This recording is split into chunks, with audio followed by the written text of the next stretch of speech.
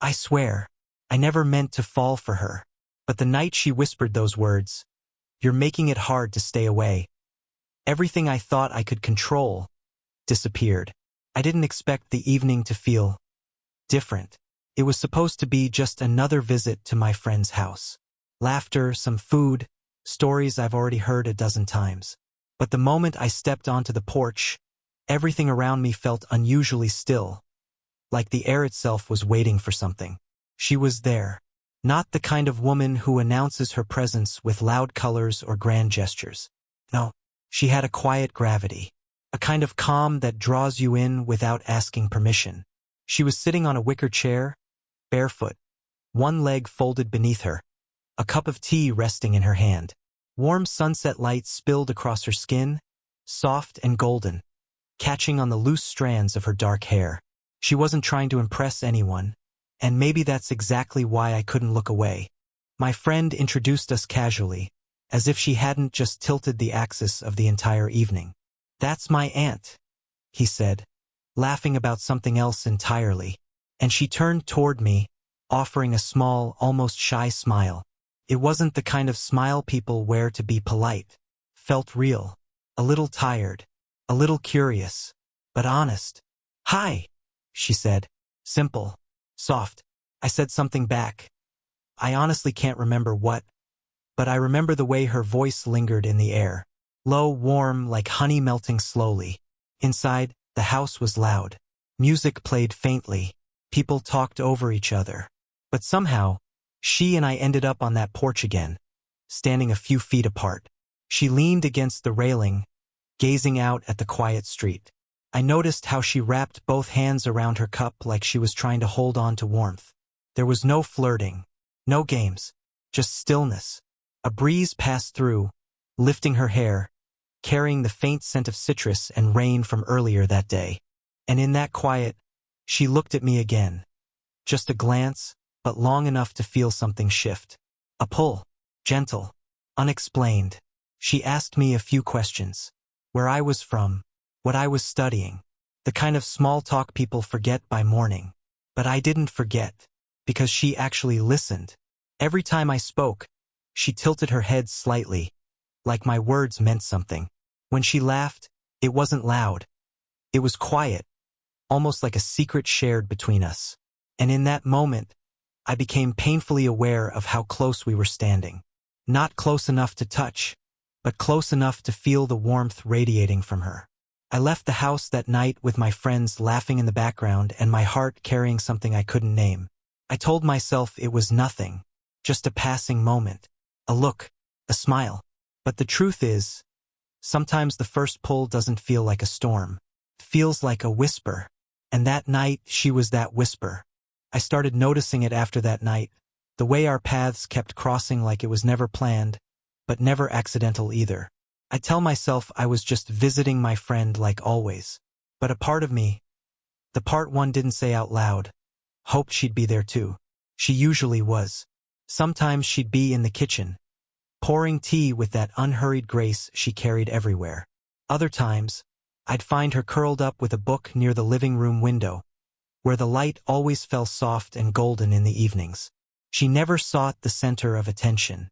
She didn't need to. She was the quiet in a noisy room, and I found myself drawn to that silence like someone finally finding a place to breathe. The house was never still. My friend and his cousins would talk over each other. Music would play, doors would swing open and shut. But somehow, between all the noise, she and I would end up in these small pockets of stillness. A corner of the porch, a shared kitchen counter, 2 chairs at the edge of a crowded table. The moments weren't loud or obvious. They were made of small things.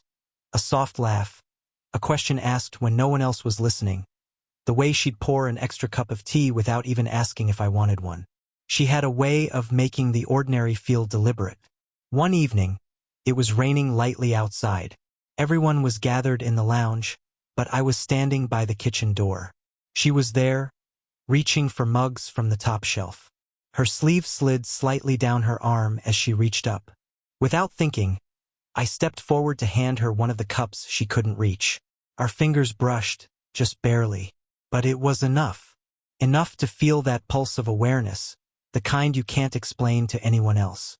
She looked at me then, really looked. Her eyes weren't just pretty. They were calm, searching, like she was seeing past the surface. She smiled, soft, knowing, and I felt something warm expand quietly in my chest. Later that night, while everyone else was lost in their chatter, she sat down on the armchair next to where I was sitting, close enough that our knees were almost touching. She asked about my plans after graduation, about things most people never cared enough to ask. I answered clumsily, but she didn't mind. She had this way of listening that made you want to keep talking. I noticed her fingers brushing the rim of her mug. I noticed how the candlelight in the corner painted gold on her cheekbones. I noticed everything about her. Too much, maybe, and yet no one else seemed to. She was just her aunt to everyone else. But to me, she was becoming the quiet center of everything. That night, I went home replaying those small, silent glances. The way time felt different when she was near. The way my heartbeat picked up at nothing more than the way she looked at me. It wasn't love. Not yet. But it was something. And whatever it was growing. The day the rain fell harder than it had in weeks, the house grew quieter than usual. It was one of those soft gray afternoons where the world seems to fold into itself. No errands, no plans, just the sound of water tapping against windows like a heartbeat you can't ignore. I didn't plan on seeing her that day, but I went anyway. Most of the house was empty. My friend was out. A few voices murmured upstairs. And then there was her, sitting cross-legged on the living room floor, a blanket draped around her shoulders, steam curling gently from a mug on the table beside her. The windows were fogged from the rain. The air smelled like damp earth and cinnamon tea. It felt like stepping into a memory I hadn't lived yet. She looked up when I walked in, and a soft smile tugged at the corners of her mouth. Not a surprised smile, like she already knew I'd show up. I took a seat on the couch behind her, close enough to feel the warmth from the small space heater near her feet. We didn't speak at first. The rain filled the silence for us. It was almost too easy how quiet felt natural when she was around. Then she started talking. Not in that light, polite way she did at family dinners. This was slower, deeper. She told me about a time years ago when she almost left the city, packed a suitcase, almost booked the flight, but didn't. She laughed softly when she said it, but there was something behind that laugh. Something tired, something tender. I listened, really listened. Every word she shared seemed to unravel a version of her no one else had ever tried to see. And maybe that's why she told me, because I wasn't trying to fix her. I was just there. She shifted slightly, pulling the blanket tighter around her, and for the first time I noticed how close we were sitting. Our knees weren't touching, but the distance was nothing a single breath couldn't close. I could feel the warmth of her through the quiet. When she paused, I caught the way her eyes softened. There was a flicker there, something that both frightened and pulled at me, a feeling she was trying to hold back as much as I was. I told her something small about myself then, something I didn't usually talk about, the kind of thing that slips out when the rain makes the world feel smaller, safer. She listened the same way I had, and in that shared quiet, something invisible wrapped around us. A pulse, tension, a quiet promise neither of us dared to name. She laughed again, this time lower, warmer, and without realizing it, I leaned in a little, just enough to hear her better. Her hair brushed against my arm, a whisper of contact. It shouldn't have meant anything, but it did. That afternoon didn't end with confessions or touch. Just a quiet look between two people who suddenly realized something was happening. Something neither of us had planned for. When I left, the rain was still falling, but it felt different now, like the sound of something beginning. I've always believed nights hold a different kind of truth. People say the real things when the world grows quiet. When the noise fades and all that's left is the sound of your own heartbeat. That's when something honest slips through. That night started like any other family gathering. Loud conversations, laughter spilling through rooms, music humming softly from an old speaker. But as the hours stretched, voices thinned, doors closed, and one by one, the house exhaled into silence. I found myself wandering toward the back porch. I don't even know why. Maybe I was restless. Maybe I was following something I didn't want to name. And there she was. She stood leaning against the wooden railing, one arm folded loosely across her chest, the other holding a glass of water. The porch light threw a soft amber glow across her skin, catching the loose strands of hair that had escaped the bun she'd tied earlier. Her dress moved lightly in the night breeze. She didn't turn when I stepped outside. She didn't need to. Felt like she already knew I was there. For a moment, neither of us said anything. The air smelled like damp grass and jasmine, that delicate kind of scent that belongs only to late summer nights. Crickets hummed softly in the distance. A single moth circled the light above our heads. I stepped closer, careful, quiet, not to startle her, not to cross a line, but because some silences don't need to be kept. They need to be shared. She finally glanced sideways, meeting my eyes, and for the briefest heartbeat, it didn't feel like she was my friend's aunt. It didn't feel like there were years between us or expectations or the weight of everything we weren't saying. It just felt like her. "You couldn't sleep either?" I asked. She smiled, that slow, tired smile that never felt rehearsed. "I just needed air." I leaned against the railing a foot away from her. Not close enough to touch, but close enough to feel the warmth between us like something alive. The night wrapped around us, and every second stretched just a little longer than it should. Her eyes lingered on me, not searching, not judging, just seeing. And then she exhaled softly, the kind of breath you let go when you've been holding something back too long. "You're making it hard to stay away," she whispered. The words slid through the night like silk, soft but impossible to ignore. My chest tightened, not in panic, but in the quiet, terrifying thrill of realizing something had crossed an invisible line. She didn't look away after saying it. She held my gaze, steady, brave, vulnerable. I didn't touch her. I didn't move closer. I just breathed, and I know she felt it too, the space between us charged with everything we'd never said out loud. For a long, suspended moment, the world narrowed to the sound of wind, the scent of jasmine, and the warmth of someone standing too close to be just someone. And then she turned her eyes back toward the dark yard, as if pulling the words back into the night. But they stayed with me. They still do. The morning after her whisper, everything felt heavier. Not loud or dramatic, just different. The kind of difference that lives in the air, in the quiet corners, in the way your own heartbeat feels louder than it used to. I woke up earlier than usual. The house was still, wrapped in the faint blue of dawn. A kettle clicked softly somewhere in the kitchen. I didn't need to look to know she was awake too, but neither of us sought each other out. Throughout the day, we moved like two people walking on the edges of the same circle, aware of each other's presence without ever colliding. She stayed mostly in the garden. I stayed inside. When our paths did cross, in a hallway on the porch near the kitchen, there was a quietness between us that hadn't been there before. Not discomfort, not shame, just awareness. A fragile thread pulling tight with every silent glance. She didn't bring up what she'd said that night, and neither did I, but her whisper replayed in my head like a song I couldn't turn off. "You're making it hard to stay away." Those words lived inside my chest now, rearranging things I thought were settled. By late afternoon, the house had emptied out. My friend had gone out with the others. It was just the two of us. I found myself sitting on the front steps, a mug of coffee cooling between my palms, watching the wind move through the trees. And then I heard the sound of the screen door open behind me. She stepped out slowly, barefoot, wearing a loose cream sweater that made her look softer than I'd ever seen her. She didn't sit right next to me at first. She just stood there for a moment, arms folded, eyes fixed on some distant point.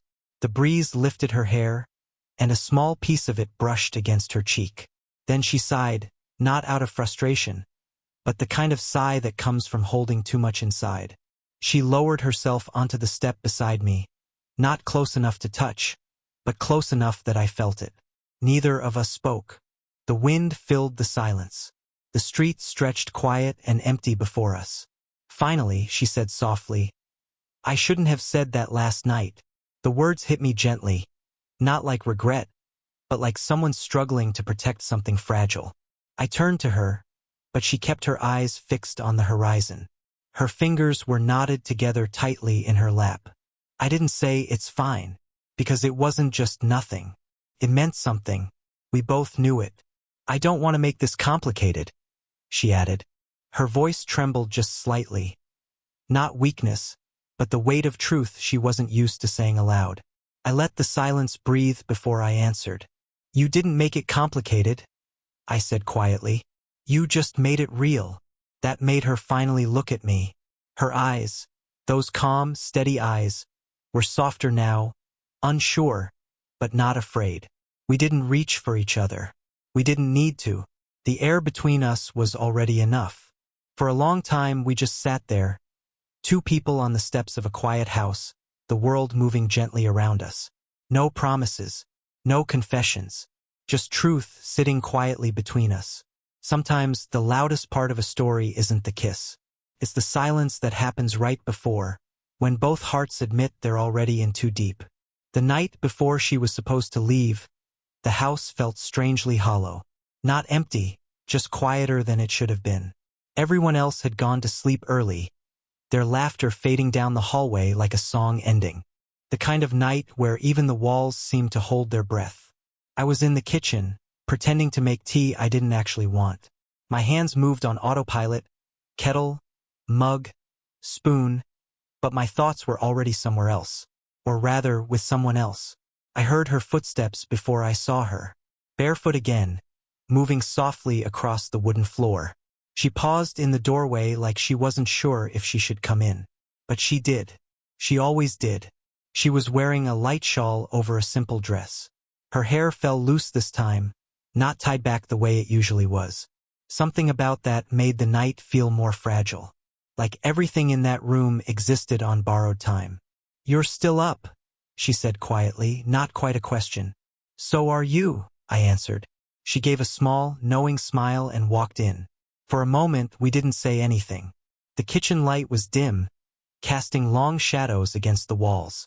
The hum of the refrigerator filled the silence. Outside, the world was dark and still. Her suitcase sat near the door.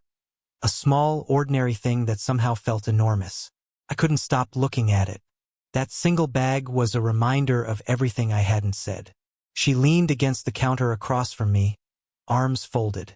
I leave early, she said, like I didn't already know. I nodded. I know. There was a pause that stretched too long. Neither of us moved. But the air between us thickened, charged with everything we'd been holding back.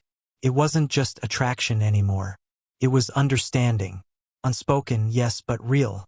Then she stepped closer. Slowly, deliberately, until she stood just in front of me, her eyes searching mine for permission she didn't have to ask for. Her hand lifted, hesitant at first, and then she brushed her fingertips along my cheek. It wasn't a dramatic gesture. It was soft, careful, like she was memorizing something she already knew she shouldn't keep. I closed my hand over hers. Gently. No words. Just the quiet weight of touch. For a heartbeat, everything else disappeared. The age difference, the unspoken rules, the world waiting outside that door. It was just her and me. Her breath warm, my heart loud. Her forehead leaned forward, just enough that our skin almost met. Almost. She stopped there, suspended between right and real. I could smell the faint jasmine in her hair. I could feel her pulse against her fingers. We can't, she whispered, but her voice trembled, betraying what her words tried to hold back. I know, I said, but I didn't let go. For a long time we stayed like that. No kiss, no promises, just the quiet ache of two people who found something too beautiful to name and too complicated to claim. Then she slowly pulled her hand away, and with it, a piece of me I didn't even realize I'd given. When she walked away that night, the air felt colder, but my skin still carried the warmth of her touch. And I knew whatever happened after this, nothing would feel the same again. She was gone for a few weeks. The house felt quieter without her, but not the peaceful kind of quiet. It was the kind that lingers in the corners, in the spaces where someone used to be. Her absence wasn't loud. It was subtle, like walking through a familiar room and realizing something has shifted ever so slightly. A mug left in the wrong place, a chair not quite pushed in. Little echoes of a presence that had become part of my rhythm without me even noticing. Life went on. It always does. But even in the middle of loud conversations, late nights with friends, or the ordinary routines of my days, my mind kept drifting back to the night in the kitchen. To the way her fingers felt against my skin. To the way she whispered, "We can't," like a confession, not a wall. And maybe that's when I understood something quietly true. The people who change us don't always do it with big moments. Sometimes it's just the way they stand beside us. The way they look at us. The way they make everything slow down. It was early evening when I saw her again. I hadn't been expecting it. I come by like usual, out of habit maybe, and there she was, standing on the same porch where I'd seen her for the first time. A linen dress catching the breeze, hair brushed by soft gold light. She looked the same, but something in her eyes was different, softer, less guarded. Like the time away had quieted something in both of us. "Hi," she said, her voice warm and calm, as if no time had passed. I managed a small smile. "Hi." For a moment we just stood there. No rush. No explanations. The wind rustled through the trees. The porch creaked softly beneath our feet. The world didn't lean in with drama. It just was. She took a step closer, her movements slow, deliberate. There was no grand declaration waiting in the air between us. Just quiet honesty. "I thought about that night," she said softly. "So did I admitted. She let out a breath that sounded almost like relief. And then, without hesitation this time, she sat down on the porch swing and patted the space beside her. I joined her. The swing creaked gently as it moved, like an old friend who'd seen it all. Our hands didn't grab or cling.